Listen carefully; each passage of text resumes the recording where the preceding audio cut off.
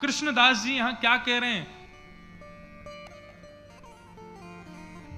भगवत सेवा में अपराध क्या है? गुरु सेवा में, भगवत सेवा में अपराध क्या है?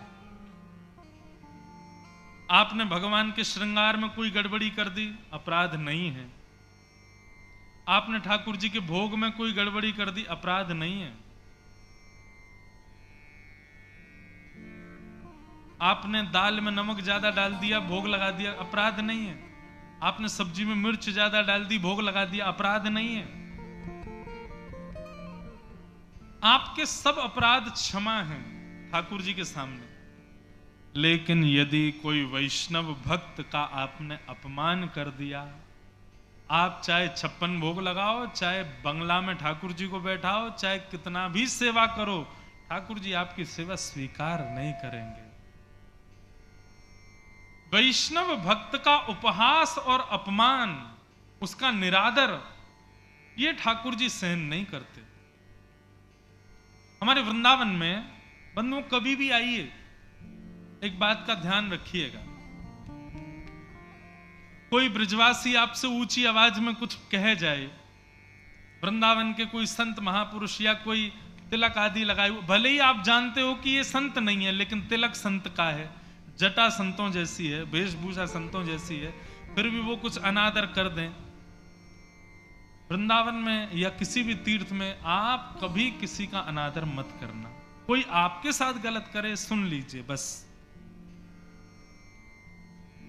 क्योंकि ना जाने किस रूप में ठाकुर जी आपकी परीक्षा ले रहे हैं, आपको कुछ नहीं पता है। और रही बात हमारे वृंदावन और अयोध्या आदि, ये तो ऐसे हैं कि वहां पर संत जानबूझ करके अपने रूप को बदल करके रखते हैं। अंदर से बड़े कोमल हैं, अंदर से बड़े शांत हैं, अंदर से बड़े भक्त हैं, लेकिन बाहर से ऐसा दिखाएंगे कि भयंकर क्रोधी हैं, भयंकर कामी हैं, भयंकर लोभी हैं। क्यों? ताकि संसार के लोग हमसे रीझें ना। संसार के लोग, ये संतों की स्वभाव होता है ऐसा।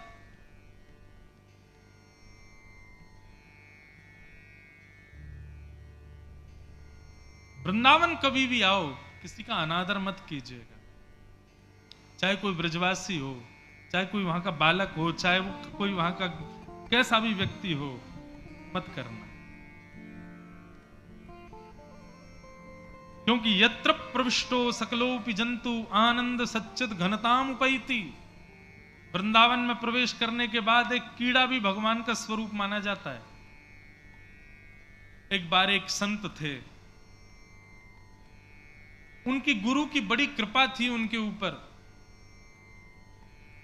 गुरुदेव से जाके कहा कि गुरुदेव मुझे कुछ नहीं चाहिए, केवल एक भाव चाहिए, क्या? कि मैं जब जब नेत्र बंद करके बैठूं, श्याम सुंदर की लीला मुझको दिखने लग जाए, बस। मुझे संसार का चिंतन नहीं करना है, नंद नंदन का चिंतन करना है। गुरुदेव ने आशीष दिया और कहा कि तुमको एक नियम करना है। क्या नियम करना है? यमुना जी में स्नान करो, स्नान करने के बाद में यमुना जी की रज को अपने तन पर लगाओ और नेत्र बंद करके बैठ जाओ यमुना जी के तट पर। ठाकुर जी तुम्हारे अंतःकरण में प्रकट हो जाएंगे। यही करता था, नित्य ठाकुर जी के नेत्र बंद करके दर्शन करते और ठाकुर जी की दिव्य लीला उनको दिखने लग जाती, बड़े आनंदित होते। एक दिन ठाकुर जी की कोई बड़ी सुंदर लीला का दर्शन उनको होने लगा। उस लीला में किशोरी जी ने कोई ऐसी लीला करी कि ठाकुर जी रूठ गए, और जैसे ही ठाकुर जी रूठे ना, तो उस भक्त को बड़ी बड़ी जोर से हंसी आ गई कि बताओ किशोरी जी ने ऐसा कुछ कह दिया कि श्याम सुंदर रूठ गए।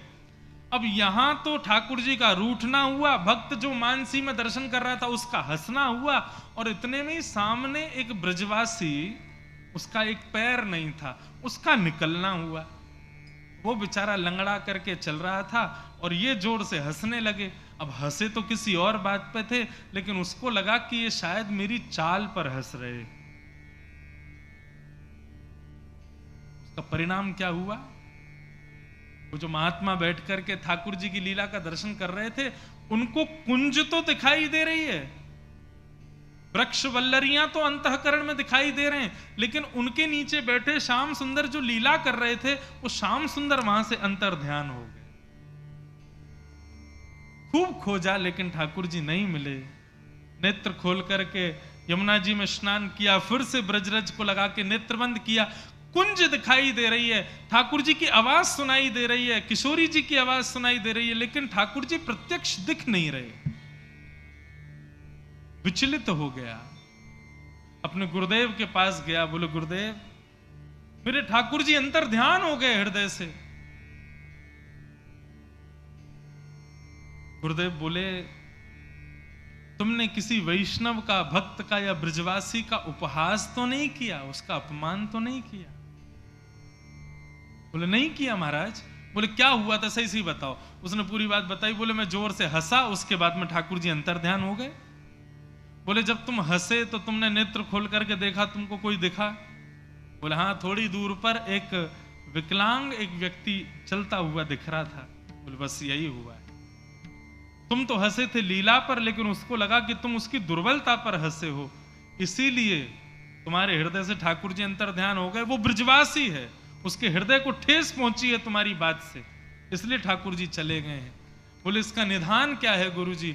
बोले इसका एक ही निधान है, वृंदावन में जितने ब्रजवासी हैं सबका भंडारा करो और सबको अन्नदान करके भंडारा करा के सब ब्रजवासियों के चरणों में दंडवत प्रणाम करके सबसे क्षमा मांगो, सबसे क्षमा मांगो। जिसका तुमने अपमान अपराध नहीं किया उससे भी क्षमा मांगो। और जब तक तुम्हारे हृदय में ठाकुर जी प्रकट ना हो तब तक अपने आंखों के आगे दिखने वाले हर ब्रजवासी को प्रणाम करो, सबसे क्षमा मांगो। जब पूरे वृंदावन के ब्रजवासी तुमको क्षमा कर देंगे तब ठाकुर जी पधारेंगे। और उस भक्त ने यही नियम अपनाया। वर्षों तक सामने चाहे बालक आ जाए, सामने चाहे कोई व्यक्ति आ जाए, कोई भी दिखता उसके चरणों में प्रणाम करता, उसको कुछ दान दक्षिणा देता और कान पकड़ के कहता मैं बहुत पापी हूं, मुझे क्षमा कर दो।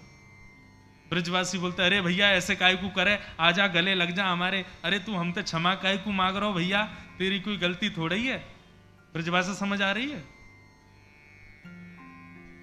अब ये उल्लासनगर बंबई के पास का पड़ गया, इसलिए हम अब बोल नहीं रहे, नहीं तो ब्रजभाषा में कथा सुनो तो और आनंद आता है। बोले लाला तू ऐसे काय को करे भैया। अब जब ब्रज में जाएगी ना कथा तो ब्रजभाषा में ही सुनाएंगे। सब ब्रजवासियों ने हृदय से लगा करके जब उसको क्षमा किया, जब नेत्र बंद करके ध्यान लगाया, पुनः श्याम सुंदर प्रकट हो गए। ठाकुर जी को सब सहन हो जाएगा, सेवा में अपराध बन जाएगा कोई बात नहीं, एकादशी व्रत में अपराध बन जाएगा कोई बात नहीं, परिक्रमा में अपराध बनेगा कोई बात नहीं, लेकिन ठाकुर जी का कोई भक्त है और आप उसका अपयश कर रहे हो, उसका अपमान कर रहे हो, या अपयश अपमान आपने बोल करके नहीं किया, बगल में कोई बैठा माला जप रहा और आप मन में सोच रहे हो देख ढोंगी नाटक कर रहा है, इससे भी ठाकुर जी नाराज हो जाएंगे। उन भले ही नाटक कर रहा है, तुम क्यों बोल रहे हो?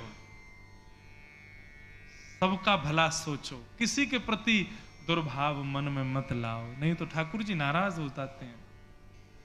तो जैसा भी है मेरा है, मुझे प्रिय है, तुम उसको जज मत करो। तो भगवत अपराध हमसे कभी ना बने, इसका विशेष ध्यान रखिएगा बंधु।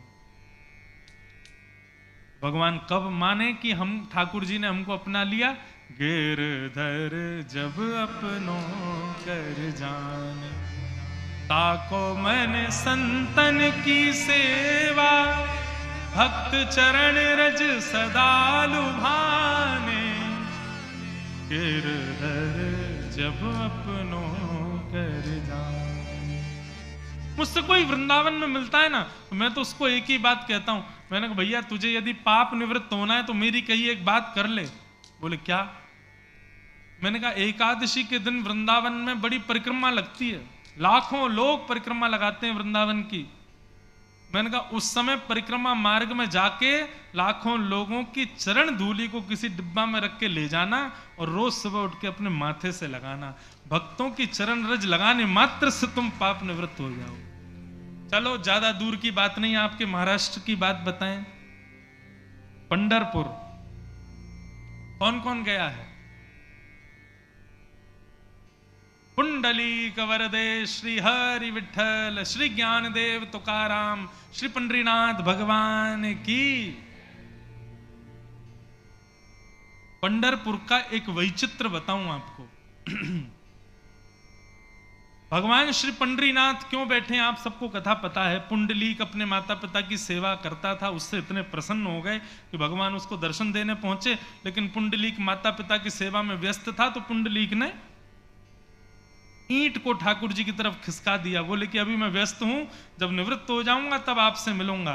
तो ठाकुर जी पुंडलीक की प्रतीक्षा में ईंट पर खड़े हो गए। मराठी में ईंट को ही वीट कहते हैं, और उस पर जो थाड़े हैं वही विठ्ठल। अपनी भक्त की प्रतीक्षा में भगवान खड़े हैं। लेकिन एक आश्चर्य है पंढरपुर का कि पंडरीनाथ भगवान को श्री पंढरपुर में केसर का चंदन घिस करके, और ठाकुर जी को बड़ा सारा गोल गोल चंदन लगाया जाता है माथे पर, और नीचे तक ऐसे उसको लेके आते हैं नासिका पर। और कभी श्रृंगार गौर से देखना। एक बार मुझे सौभाग्य मिला था, तो मैं अंदर गर्भगृह में पुजारी जी ने बैठा दिया, पूरा अभिषेक मेरे सामने, वस्त्र पहनाए, उसके बाद चंदन ठाकुर जी को लगाया, इत्र आदि लगा करके चंदन आभूषण पहना के। लेकिन फिर क्या किया, एक कटोरी में एक चंदन, काला काला सा चंदन था, उसको घिस करके और ठाकुर जी के बीच में एक काली बिंदी लगाई गई। हमने जिज्ञासावत होकर के पुजारी जी से पूछा कि ये काली बिंदी क्यों लगाई है। उन्होंने जो बताया सुनकर के मेरे रोंगटे खड़े हो गए। बोले हमारे विठ्ठल इतने कृपालु हैं, विठ्ठल ठाकुर जी का ऐसा मानना है कि मैं पंढरपुर में भक्तों की प्रतीक्षा में खड़ा हूं, भक्तों को मेरे लिए प्रतीक्षा करनी पड़े ये मुझे स्वीकार नहीं है। लेकिन क्या करें, इतने लाखों की संख्या में भक्त पहुंच जाते हैं तो लाइन तो लगानी पड़ती है, प्रतीक्षा तो करनी पड़ती है। तो ठाकुर जी ने किसी को स्वप्न देकर के ये नियम वहां शुरू करवाया। बोले कि यहां भक्त मेरी प्रतीक्षा करते हैं, मुझे बहुत पीड़ा होती है, लेकिन इसका कोई उपचार नहीं है, प्रतीक्षा करके ही दर्शन कर पाएंगे। तो इसकी प्रतीक्षा का एक ही उपचार हम कर सकते हैं। जितने भक्त कतार में खड़े होते हैं, रात्रि मंदिर बंद होने के बाद में पूरी कतार की झाड़ू लगा के उन भक्तों की रज में चंद्रभागा का जल मिला के मेरे माथे पर उसका तिलक लगाओ, ताकि उन सब के भाव को मैं स्वीकार करूं। मेरे भक्त को मेरे लिए प्रतीक्षा करनी पड़ी, उसकी चरण रज मेरे माथे से लगाओ। ये तो आपके पंढरपुर में होता है। ताको मन संतन की सेवा, भक्त चरण रज सदा लुभाने। हम भक्त दूसरे भक्त से प्रेम करें, क्यों? क्योंकि भक्त के प्रति तो ठाकुर जी भी समर्पित हैं। कोई तिलक लगाता है, कोई वैष्णव है, विचार मत करो, तुरंत प्रणाम करो उसको, क्योंकि वो वैष्णव है, ठाकुर जी का है। कोई अगर मुझसे कहे कि भगवत प्राप्ति का सबसे सरल और सबसे जल्दी उपाय कोई बताइए, तो मैं माला सजेस्ट नहीं करूंगा, मैं नाम जप सजेस्ट नहीं करूंगा। ये सब भी हैं साधन, लेकिन आपको इंस्टेंट भगवान की प्राप्ति करनी है। जो भक्त सामने देखे उसको प्रणाम करो, उसको वंदन करो, उसको नमन करो। वैसे तो भागवत में लिखा है सबको प्रणाम करो, लेकिन हम इतने बड़े वाले भक्त नहीं कि सबको प्रणाम कर लें।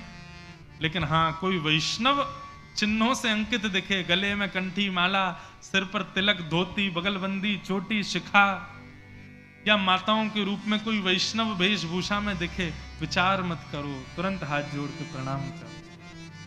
जितना भक्तों के सामने झुकोगे ठाकुर जी उतनी जल्दी प्रसन्न हो जाएंगे।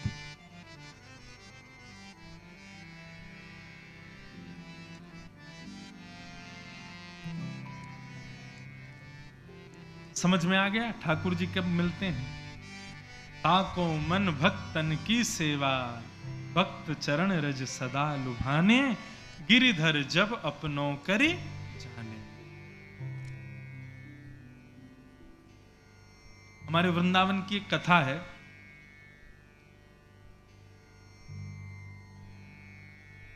एक भक्त रहता था वृंदावन में।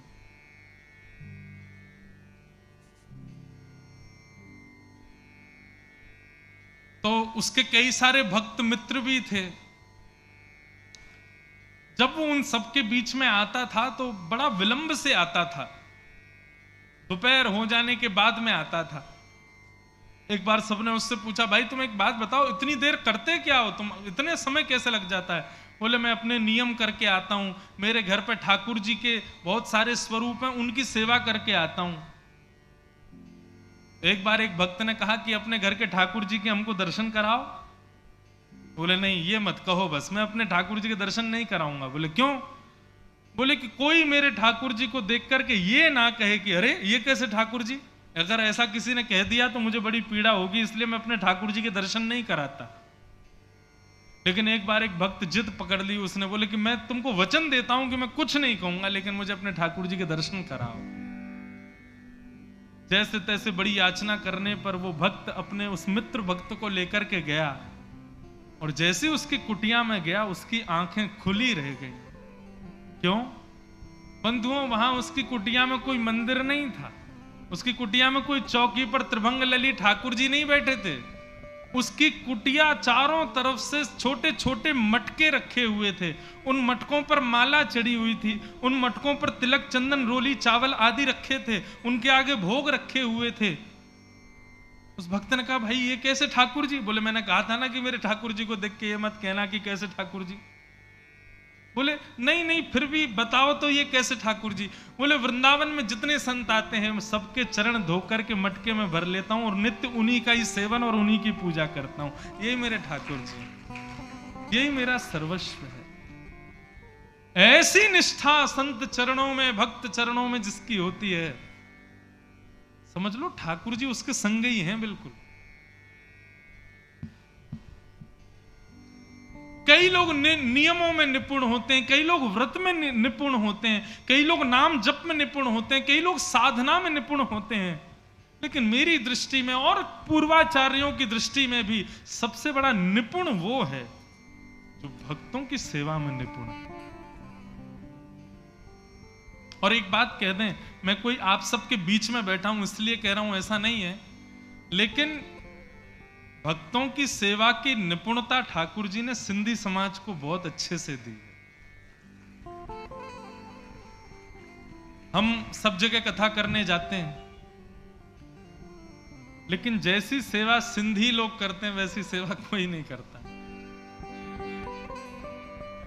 चाहे यहां उल्लासनगर में ही हो, हम जिनके यहां रुके हैं वो भी खूब भाव से, आप सब लोग भी खूब भाव से, या जहां कहीं भी सिंधी समाज के लोग मिलते हैं इतनी सेवा करते, ऐसे पलकों पर बैठा के रखते, पता चल जाए वृंदावन से आए हैं तो महाराज बिल्कुल इतने नतमस्तक हो जाते हैं, तो देख करके लगता है कि जरूर ठाकुर जी ने स्वीकार किया है इनको।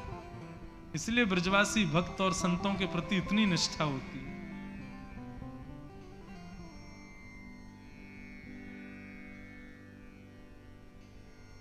इस प्रकार सूत जी महाराज वर्णन कर रहे हैं। आगे 24 अवतारों का वर्णन किया। 24 अवतारों का वर्णन करते हुए भागवत की रचना कैसे हुई ये कथा सुनाई गई। हम इस कथा को सुन लें, फिर आज के प्रसंग को विश्राम देंगे। इदं भागवतम नाम पुराणं ब्रह्म संहितं उत्तम श्लोक चरितं चकार भगवान ऋषि।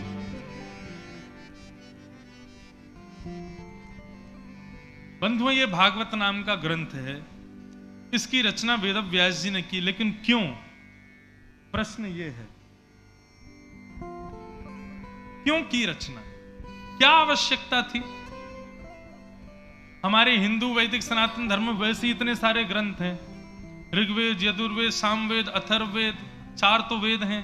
फिर उसके बाद में पुराणों की बात करो तो 18 उपपुराण, 18 महापुराण, महाभारत इत्यादि आदि। रामायण की बात करो तो रामायण 7 कोटि अपारा, 100 करोड़ रामायण है। अभी मैं दक्षिण गया था तो वहां पर भी एक रामायण अलग लिखी गई थी, वो उसकी भी अपने महाराष्ट्र के भी शायद तुकाराम जी ने, जाने एकनाथ जी ने, किसी ने रामायण की रचना यहां भी की।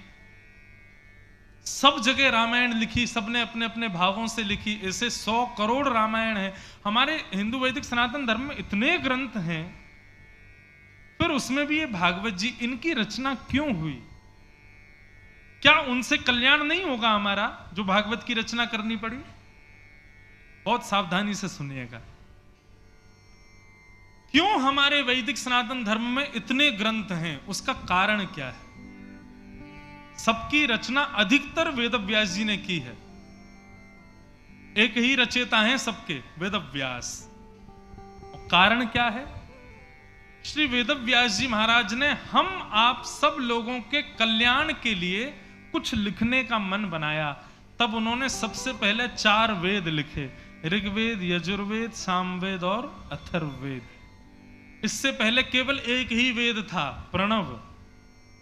कौन सा वेद था? प्रणव किसको कहते हैं? ओम।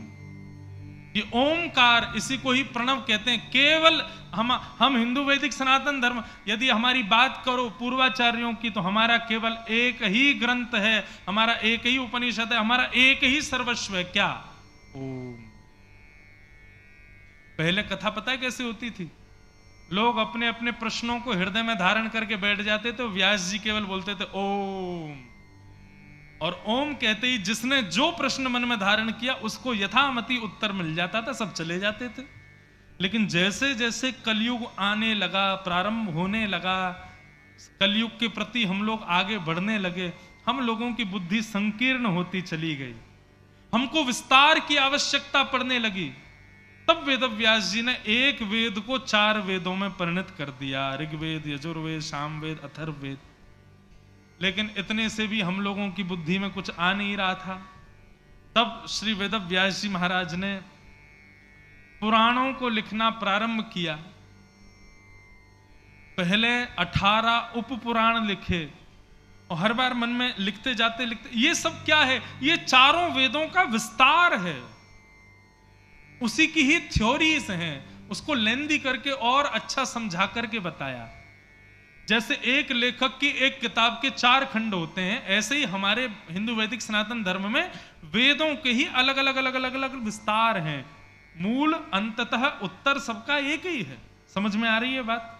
ऊपर से तो नहीं जा रही ना? वेदव्यास जी ने मन में विचार किया कि इतना मैंने विस्तार कर दिया, लेकिन मेरे मन को शांति नहीं मिल रही है। तब वेदव्यास जी महाराज ने पुनश्च चतुर्वेद और जितने पुराण लिखे, सब में से अंश अंश अंश अंश निकाला, उनकी विशेषताएं निकाली, और उन समस्त विशेषताओं को एक जगह नियोजित किया। उसी का नाम है श्रीमद्भागवत। आपने यदि भागवत सुन ली तो समझ लो आपने चारों वेद सुन लिए, सारे पुराण सुन लिए, सारे उपनिषद सुन लिए, सब सुन लिया यदि भागवत सुन ली। लेकिन इतना आसानी से भागवत का प्रादुर्भाव नहीं हुआ। सारे वेद पुराणों का अंश और उनकी श्रेष्ठताएं तो भागवत में हैं ही, लेकिन एक सर्वोपरि विशेषता भागवत की और है। वो क्या है? सुनो। वेदव्यास जी महाराज ने इतने सारे ग्रंथ लिख दिए, पोथियां भर के लिख दी, लेकिन मन को शांति नहीं मिली। महाभारत भी लिख दी। आपको पता महाभारत में कितने श्लोक हैं? 1,00,000 श्लोक हैं। श्रीमद् भगवद गीता उस 1,00,000 श्लोक युक्त महाभारत का एक छोटा सा ट्रेलर है। केवल 700-800 श्लोक हैं। पूरी महाभारत में 1,00,000 श्लोक है। इतनी बड़ी है महाभारत।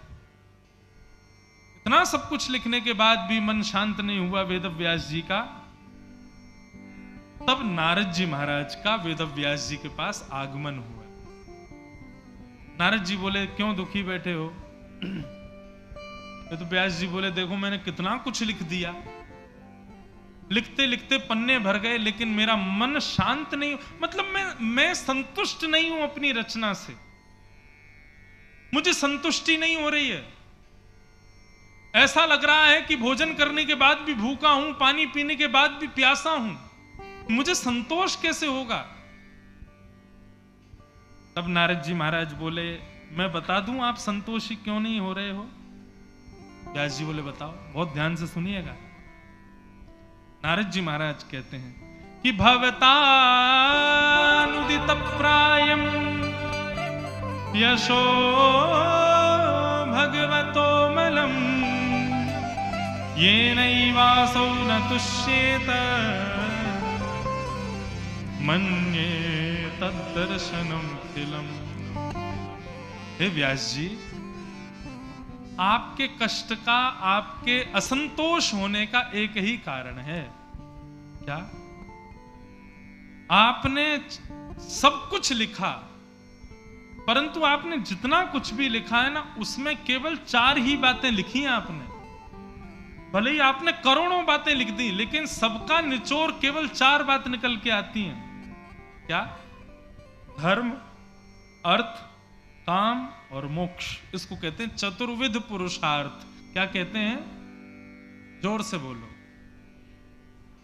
चतुर्विध पुरुषार्थ, धर्म, अर्थ, काम और मोक्ष।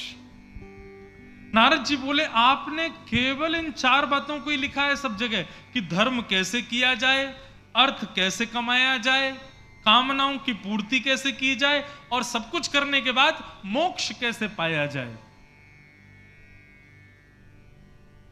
परंतु इन सबके बीच में उस परमात्मा से प्रेम कैसे किया जाए, ये आपने कहीं भी नहीं लिखा।